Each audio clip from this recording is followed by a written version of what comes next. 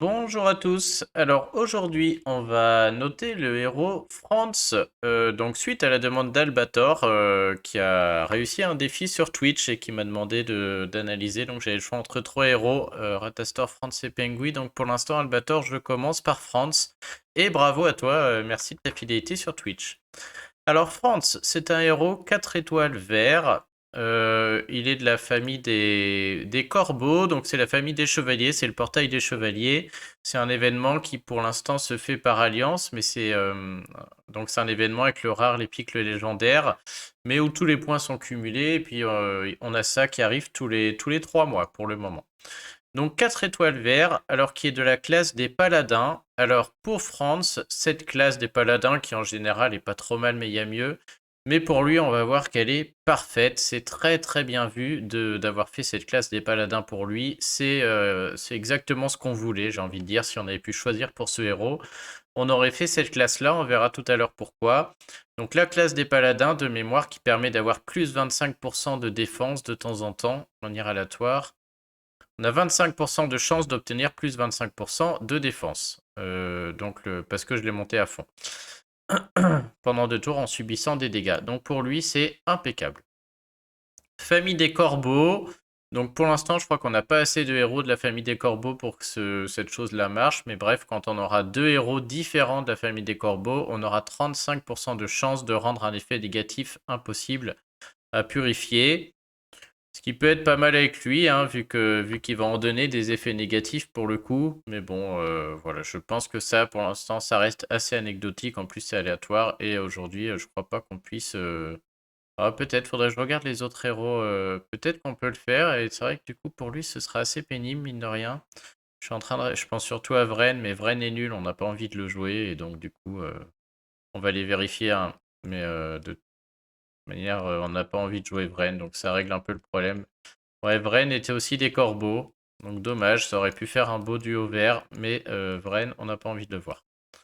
Enfin, bref, toujours est-il que si vous alignez deux héros de la famille des corbeaux, il aura 35% de chance, voire 50% de chance de rendre un effet négatif impossible à purifier. Ah oui, puis c'est un effet négatif seulement, donc si c'était tous les effets négatifs encore. Enfin bref, ça c'est anecdotique. Par contre, il va bénéficier d'avantages supplémentaires pendant l'événement de la bataille des chevaliers. Et ça, ce genre de héros qui d'habitude ne sont pas top, ici pour lui c'est super parce qu'on va voir que c'est tout à fait un héros d'événement, il a sa place. Et du coup, pendant l'événement de la bataille des chevaliers, il sera encore meilleur. Donc ça on prend. Alors, au niveau des stats, le mien est emblémé et breaké, donc les stats ici sont fausses. Je vais vous donner les stats de base pour un 4 étoiles. Donc en attaque, il est à 552 d'attaque. En défense, il est à 682. Et en point de vie, il est à 1519. Donc pour vous donner une attaque, je commence par une attaque. Pour vous donner un ordre d'idée comme ça par rapport aux autres, je compare aux 4 étoiles bien sûr. 552 d'attaque, c'est nul, clairement, hein. On est dans le bas du panier, hein. J'ai regardé, il y en a quelques-uns qui sont encore en dessous de lui, mais on est clairement à 552, c'est vraiment pas fou. On n'est pas dans le ridicule, mais pas loin, quoi, hein. C'est vraiment pas très élevé, 552. Par contre, en termes de points de vie, 1519, bah c'est simple, c'est énorme. 1519 de points de vie pour un 4 étoiles. Vous regardez par exemple les 4 étoiles verts, il n'y a que Cashrek, et encore Cashrek il est à 1450, donc il est quasiment à 100 derrière. Et après on est que sur quelques-uns à 1300 et les autres ils sont entre 900 et 1200. Donc 1500, c'est monstrueux. Et même si je regarde en global, je me demande si c'est pas le plus haut, hein, même des Cypriens costumes, bon, Cashrek costume, j'ai dit tout ça, c'est vraiment, il est tout en haut au niveau des points de vie, 1519. Il est très très haut, il dépasse même beaucoup de 5 étoiles également. Donc au niveau de ses points de vie, c'est juste la folie, hein. Et du coup, l'attaque est moche, les points de vie sont dans le top du top. Et bah au niveau de sa défense, 682, je peux vous dire qu'on est aussi dans le top du top. Donc on est dans le haut du panier, mais on est vraiment dans le très très haut du panier, hein. En vert, il y en a que 3 qui sont mieux que lui. Bah, c'est à nouveau Cacheray Costume, et pas de beaucoup. Gaderus et Buddy, qui sont juste au-dessus. Donc 682, c'est vraiment top. Donc il est dans le top 3-4 des défenses en 4 étoiles et c'est lui qui a le meilleur point de vie et de très très très loin. Donc on a un beau bébé ici qui est pas prêt de tomber et qui est clairement dans les meilleurs héros, a priori dans les meilleurs héros défensifs au niveau des stats sur les héros 4 étoiles. Petite anecdote, je vous ai dit que sa classe est très bien pour lui. Il a une défense énorme et donc si en plus on a 25% de chance d'augmenter la défense de 25%, eh ben on est ravi puisqu'on augmente cette stat dans laquelle il est déjà très fort. Donc la classe paladin lui va très bien.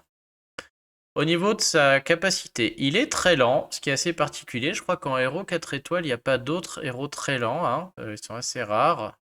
Je vois Maléficar ou Alfric comme ça, peut-être Bosslou. Enfin bref, j'en vois pas en 4 étoiles, donc il est très lent.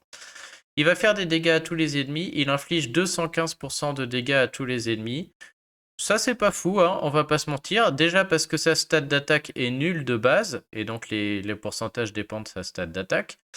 En plus de 115%, j'ai regardé, on a des Roland, je les ai pas notés, mais de mémoire, il y a un Collen ou Collen Costume, qui font déjà plus que 215, qui sont à 230. On a pas mal de héros lents qui sont dans les 200 et qui attaquent tout le monde. Et lui, il est pas lent, il est très lent. Donc, je crois que c'est de base 15 tuiles de déclenchement. Enfin bref, c'est énorme. Il y a, même avec des troupes mana, il n'y a rien à faire, hein. Donc, au niveau des dégâts, ils sont là, ils ont le mérite d'être là, mais voilà, c'est pas fou. Ouais, c'est pas mal, mais pour un très lent, on pourrait espérer beaucoup mieux, d'autant plus avec une stat d'attaque qui est nulle. Par contre, ce qui va être incroyable, c'est que tous les dégâts subis par les ennemis sont augmentés de 50% pendant 6 tours, et ça, c'est surréaliste. C'est pour ça qu'il faut avoir ce héros, c'est un des héros qu'on veut avoir. Le fait que les dégâts subis par les ennemis sont augmentés de 50%, alors en plus 6 tours, j'en parle même pas, c'est interminable. Mais ça, déjà, très très peu de héros le font. C'est quelque chose qui est nouveau, qui équivaut un peu à une baisse de défense, mais d'une autre manière. Donc on avait Motega jusque-là qui le faisait, c'était tout. Un 5 étoiles très rare à avoir. Et maintenant on a lui en 4 étoiles, et il le fait mieux, parce que Motega c'était plus 20%, et lui c'est plus 50%. Et donc c'est cet aspect-là de sa capacité qui va le rendre, je vous le dis tout de suite, c'est un héros incroyable, et si vous l'avez, il faut le monter tout de suite, et c'est grâce à ça. Et en plus, les ennemis ne peuvent pas recevoir de nouveaux bonus d'effets appliqués pendant 6 tours. Donc les ennemis vont avoir une petite icône qui va les empêcher d'avoir des bonus. Toujours très utile, hein. Je prends l'exemple, si vous enclenchez France, si derrière il y a un Rigard costume, c'est un mauvais exemple parce qu'il enlève. Enfin, il enlève après, mais ouais, je vais garder mon exemple. Ou un Mélandor, par costume qui enclenche. Par exemple, Mélandor qui augmente le nombre de points de vie qu'on va avoir chaque tour et qui augmente par exemple la défense. Et ben l'augmentation de défense ne va pas marquer parce que c'est un bonus appliqué. Et les points de vie par tour ne va pas marcher parce que c'est aussi un bonus d'effet appliqué. Par contre, un Mélandor normal, il soigne. Ça va marcher même si France est enclenché. Donc ça empêche d'avoir des bonus. On parlera tout à l'heure du cochon jaune, là, de la saison 3, qui met la petite épée. Bah ça, si on a enclenché France, le cochon ne pourra pas se la mettre. Donc cet effet-là, on va voir que mine de rien, il peut aussi être très utile. Donc voilà pour la capacité spéciale qui est incroyable, mais malheureusement, c'est un héros très lent. Alors on y va pour les notes. Alors, en titan et en titan mythique, c'est un 10 sur 10, et c'est même pas un 10 sur 10, genre c'est un 12 sur 10, c'est un 15 sur 10, c'est tout ce que vous voulez. C'est le héros à avoir en titan depuis un moment, hein. Il y en a quelques-uns comme ça, on peut penser à Mickey mais lui, c'en est un très clairement. Depuis qu'il est là, il est dans le top 100 de tous les titans mythiques, quelle que soit la couleur du titan mythique. C'est tellement fort de faire plus 50% de dégâts subis, et comme personne ne le fait, que même quand on a un titan violet, bah les gars, au lieu de jouer Mickey plus 4 jaunes, et bah ils jouent Mickey plus 3 jaunes, ils sacrifient un jaune pour rentrer France, juste pour ces 50% là. Donc il est de toutes les équipes titans. Moi-même, dans mes équipes titans, on va dire, même pas titans mythiques, mais normaux, hein, je l'inclus aussi, puisque dès lors qu'on joue les titans et qu'on joue avec des objets, notamment des potions de mana, on s'en fiche qu'ils soient très lents. En titan mythique encore plus, puisqu'on joue souvent avec beaucoup d'objets, et donc on déclenche la capacité avec des objets. Et du coup, ils rentrent partout, hein. Donc dans chacune de mes équipes titans, j'ai enlevé Par exemple, dans mon équipe pour les titans jaunes, j'ai enlevé un de mes héros violets et je l'ai rentré lui parce que c'est 50, c'est énorme, hein, ça décuple totalement. Dès lors que je l'ai eu, j'ai battu mon record mécaniquement immédiatement et vous ferez pareil, hein. C'est un 10 et c'est le meilleur 10 du jeu. Là, j'ai mis 2 points d'exclamation parce que aujourd'hui, il n'y a pas mieux. Et il n'y a vraiment que lui qui fait ça. On n'a pas de héros d'autres couleurs qui permettent d'avoir cette icône-là avec plus 50%. Donc vous pouvez le monter déjà rien que pour ça. Il est extraordinaire. Et ouais, bah voilà, hein. Qu'est-ce que vous voulez que je vous dise? Il n'y a pas mieux que ça. Et donc, c'est le 10, le meilleur 10 que je mettrai jamais dans cette catégorie, clairement. En attaque raid et GDA, par contre, là, je veux pas le voir. Alors, je mets pas 1 et 2, c'est-à-dire je mets 3 et 4. Ce héros peut servir si vous n'avez que lui. Mais il y a mieux. Je m'explique. Il est très lent, donc de toute manière, il va sûrement pas déclencher. Donc, voilà, il a clairement pas sa place en attaque sur un raid normal parce que très lent, c'est trop long. Pourtant, je lui mets quand même un 4, c'est-à-dire que le héros peut servir, je pense, aux gens qui jouent mono, qui n'ont pas encore plein d'équipes qui déclenchent en 9 tuiles ou autre. Si vous jouez en mono, ou voilà, ou même, comment dire, si vous jouez et que vous n'avez pas beaucoup de héros, bah du coup, je vous conseille de le mettre dans un mono, et il a sa place parce que il va tenir très longtemps. Il a beaucoup de points de vie, beaucoup de défense, ce qui fait que si vous ne trouvez pas vos tuiles, votre équipe se fait décimer, ou vous ne trouvez pas vos compétences spéciales, bah lui, il va rester sur le plateau longtemps. Et si sur de la fin de raid, vous trouvez vos tuiles vertes, et bah comme vous êtes en mono, les tuiles font très mal. Et lui, voilà, il peut survivre très longtemps, et du coup, il peut avoir un petit impact. Donc voilà, ce héros peut servir si vous n'avez que lui, mais il y a clairement mieux. Mais de par sa résistance, on peut peut-être l'aligner dans un mono sur des decks encore pas trop fournis, et il peut tenir comme ça très longtemps. En défense raid et GDA classique, là c'est pareil, je mets un 3.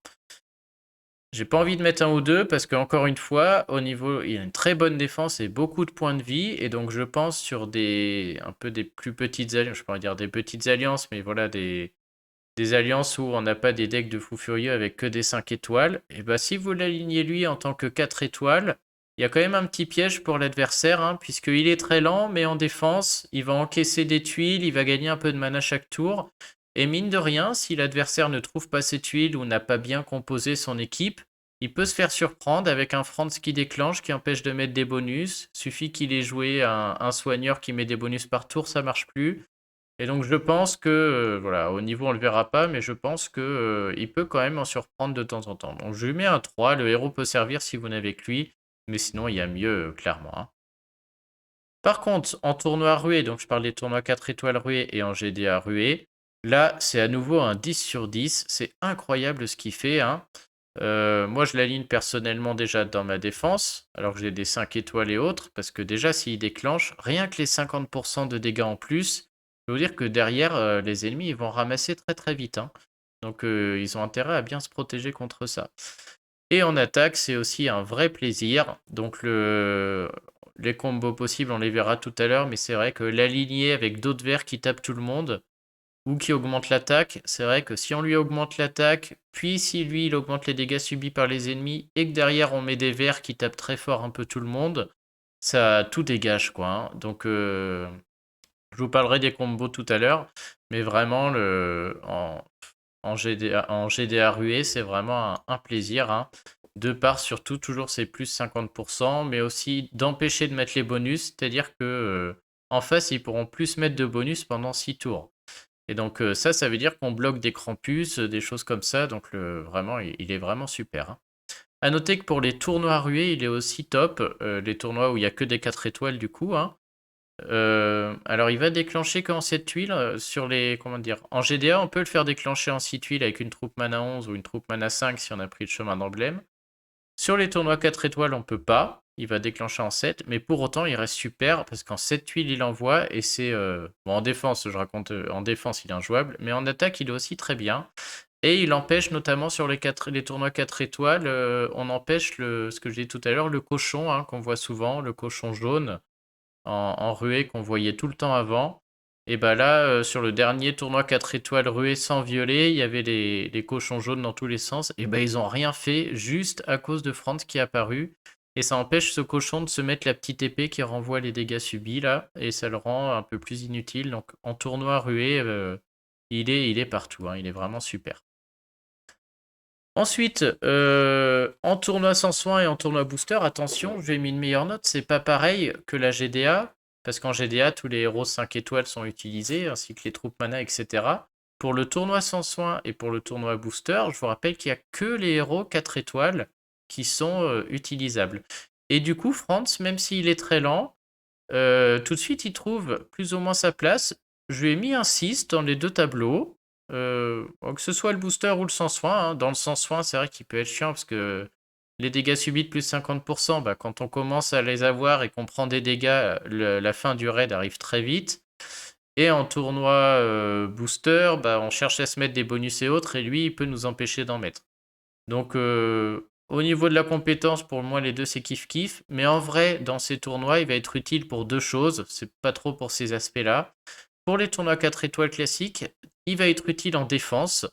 Parce que mine de rien, il a beau être très lent, mais si en défense, vous n'avez pas vos tuiles et que vous lui en remontez 7, 8, 9 dans la tête, qu'il y a 2-3 tours qui passent, à chaque tour il gagne du mana, et bah il peut déclencher. Et c'est pas rare que du coup il déclenche et qu'il vous mette très mal dans le raid. Donc en défense, il a sa place, surtout en plus avec sa défense énorme et avec ses points de vie énormes. Et en attaque, je me surprends aussi à l'utiliser de temps en temps, toujours dans la même optique, c'est-à-dire quand j'ai en face de moi une équipe qui me paraît trop forte pour moi, où je me sens obligé de jouer en mono parce que voilà, je veux que mes tuiles soient très impactantes, et ben je me surprends à le mettre en cinquième homme, on va dire.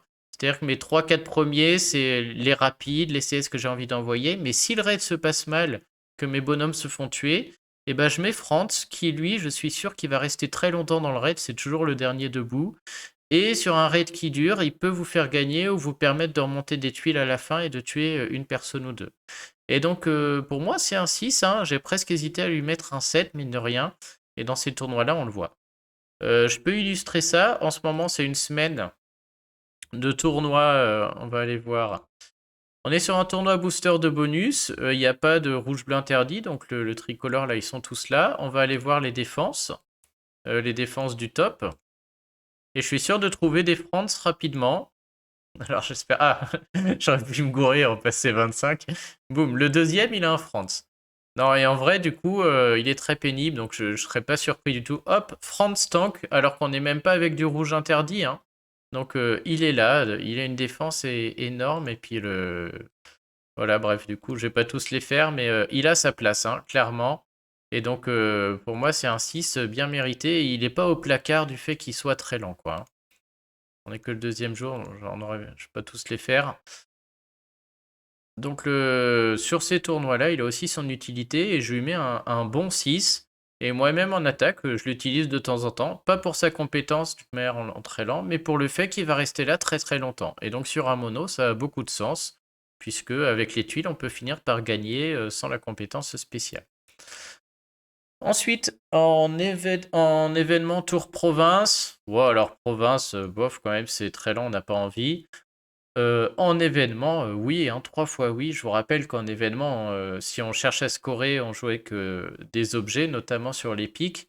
Et ben, je peux vous dire que depuis qu'il est sorti, dans les top teams épiques, où avant c'était des monos rouges avec Wilbur, tout ça, ou des bleus, et ben là on a toujours les monos rouges avec Wilbur, Faucon, ce genre de choses.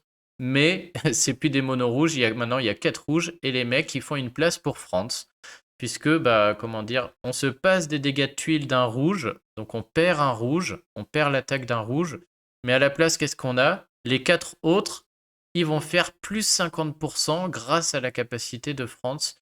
Et donc, vu qu'on joue qu'on score là-dedans en utilisant des potions de mana, tout ça, il a largement sa place. Il est rentré partout, hein, grâce à ça. Donc en événement, héros incroyable. J'ai pas regardé en légendaire, je serais pas surpris qu'en légendaire il soit utilisé aussi. Encore une fois, juste pour cette capacité-là d'augmenter de 50% les dégâts pendant 6 tours. Donc un très très bon héros en plus d'événements. Et même si vous jouez pas le top, je pense qu'il aide à finir quand même bien plus facilement, hein. Pour la tour ninja magique, c'est pareil. Ceux qui cherchent à scorer, ils vont le jouer pour la même manière que les événements. Et même si vous jouez de manière classique, il a sa place puisque il permettra de tuer les boss beaucoup plus rapidement. Et en plus, on a des bonus de mana qui font qu'on va le déclencher quand même bien plus souvent sur cet événement particulier. Donc, est-ce qu'il faut le limit break? Bah oui, hein, à mon avis, sans hésiter. Hein. Moi, c'est un des premiers que j'ai limit break. Là, on l'utilise tout le temps. Pour le chemin d'emblème, alors là, je suis un peu plus embêté. Donc déjà, si vous n'avez pas de troupe mana 11, je vous en prie absolument, essayez d'en monter une. Et sinon, si vous n'avez qu'une troupe mana 5, prenez le petit bonus que j'ai pris là. Alors moi, je l'ai pris parce que je l'aligne avec d'autres héros verts et j'ai pas assez de troupes mana.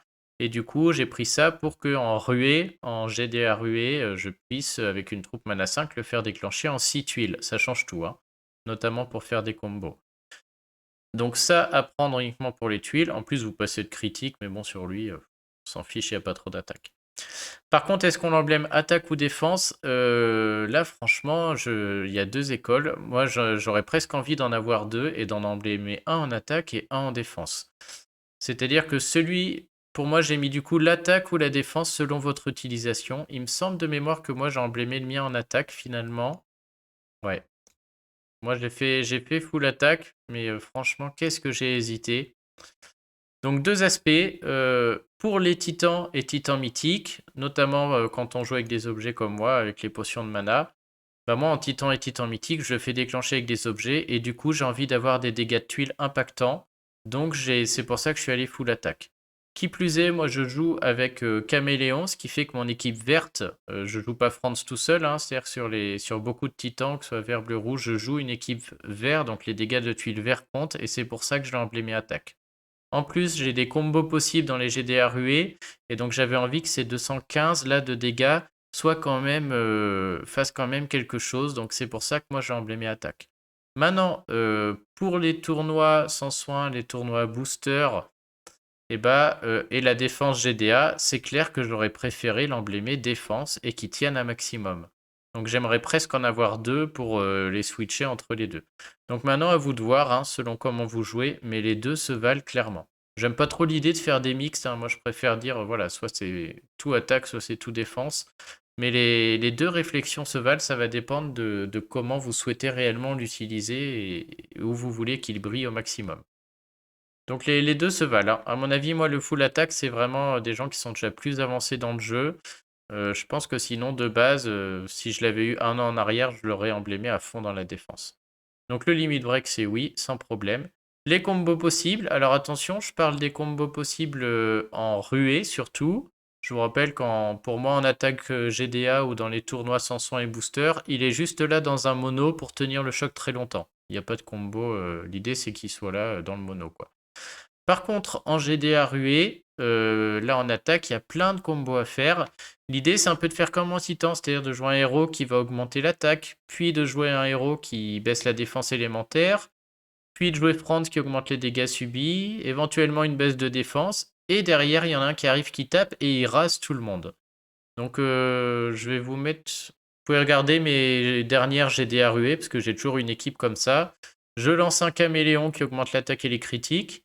Je lance un Almur qui baisse la défense élémentaire. Je lance Franz qui augmente les dégâts subis. Et derrière, j'ai Frigg qui arrive. Et mécaniquement, j'ai rasé tout un côté. Et des Pères Noël, des Mères Noël, full emblème break, des Alfric, ça tombe sans problème. C'est-à-dire que si tuile verte, j'envoie ces 4 héros. Et tout le monde est mort d'un côté, le raid est gagné. Donc il y a des combos à faire comme ça, il y en a sûrement plein d'autres, hein, avec des Marcel, avec des Quenelle, des Elkanen, des Cadilen. Il y a sûrement plein de combos dans ces GDA ruées. L'idée c'est que voilà, il augmente tellement les dégâts subis, et si en plus on baisse la défense élémentaire avec Elvlin ou Almur, et en plus on baisse la défense avec Frigg, et ou aussi on augmente l'attaque avec Caméléon, derrière, celui qui vient taper le Elkanen ou qui arrive derrière, il termine tout un côté et il gagne des GDA ruées comme ça de manière incroyable. Donc grâce à lui, mon quatuor vert, là, c'est devenu le meilleur ratio que j'ai en GDA ruée avec Skadi, donc c'est une équipe qui gagne très souvent grâce à lui. Donc il y a pas mal de combos possibles, hein. Ensuite, comment contrer ce héros si vous le rencontrez en raid? Donc ça va être surtout en ruée, mais bon, vous pouvez le rencontrer aussi souvent sur les petits tournois comme ça. Bah déjà, tous ceux qui font provoquer, hein, Krampus, Chevalier Noir, il va y avoir le héros du mois de juin, je crois qu'il sera jaune. Donc il y a beaucoup plus de monde qui aura cette option-là. Bon, 8 sources peut-être dans une moindre mesure, mais provoquer ça marche, ça fait qu'il va mettre sa compétence seulement sur un des héros en face. Et donc tout de suite, c'est beaucoup plus restreint. Alors attention, par contre, il va l'empêcher d'avoir des nouveaux bonus et le tour d'après, on pourra plus se mettre provoqué. Donc bon à voir.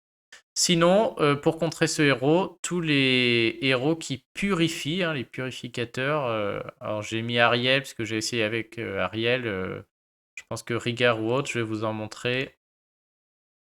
Donc Rigard purifie les effets négatifs de tous les alliés, et donc ça va enlever euh, déjà les plus 50% de dégâts subis, c'est ça qui vous rend vulnérable, et ça va aussi enlever ce qui vous empêche de recevoir des bonus pendant 6 tours. Donc ça s'enlève, hein.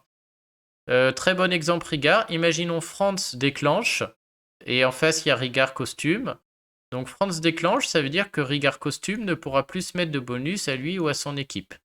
Et donc si on regarde Rigard costume, regardez l'ordre, c'est-à-dire que Rigard costume, quand on envoie sa CS, d'abord il met le cœur sur tous les alliés pour qu'ils récupèrent 609 PV par tour. Ça ne marchera pas parce que Franz a empêché les bonus. Ensuite, Rigard augmente l'attaque de tous les alliés pendant 3 tours. Ça ne marchera pas parce que Franz a bloqué les bonus. Et ensuite, Rigard purifie les effets négatifs des alliés. Et donc là, ça va marcher, il va enlever tous les malus de Franz. Et donc notez que si Rigard faisait l'inverse, c'est-à-dire que si cette ligne purifier les effets négatifs était en haut, ça se passerait autrement. Donc j'envoie Franz sur Rigard et son équipe, ils sont bloqués au niveau des bonus. Si Rigard il faisait purifier en premier, il enlèverait les malus de Franck. Et là, il pourrait ensuite mettre le cœur et mettre l'attaque. Donc c'est pas le cas, mais voilà comment marche Franz et comment marche le fait d'enlever les malus qu'il va mettre. Donc ça se contre, hein, avec tous les héros qui purifient. Donc là, clairement, si je joue contre Franz, je vais pas jouer Rigard costume, je vais jouer Rigard normal, puisque restaurer la santé de tous les alliés, ça c'est pas un bonus, ça va marcher, et en plus il va enlever les malus de Franz. Donc ça se contre en jouant par exemple un Rigard plutôt qu'un Rigard costume. C'est une des solutions. Une Sabina plutôt qu'une Sabina costume, etc. Donc voilà pour notre ami Franz. Donc j'espère Albator que cette vidéo te plaira et puis qu'elle vous sera utile à tous. Je réfléchis si j'avais quelque chose d'autre à dire. Bon, de toute manière, comme d'habitude, en commentaire, si j'ai oublié quelque chose d'important ou qu'il y a un commentaire super pertinent, je l'épingle. Et puis bien sûr, voilà, chacun peut y aller de son avis ou de ses astuces en commentaire. Donc c'est vraiment un super héros, c'est un des top héros, hein. Moi, j'ai gardé toutes mes gemmes pour invoquer dans le portail des chevaliers, pas pour les 5 étoiles, pour lui, hein. Franchement, je préfère avoir lui que tous les 5 étoiles du portail. C'était vraiment l'objectif la première fois que le portail est arrivé. Il est vraiment super. Voilà, je vous souhaite une bonne journée et je vous dis à bientôt pour la prochaine analyse. Salut!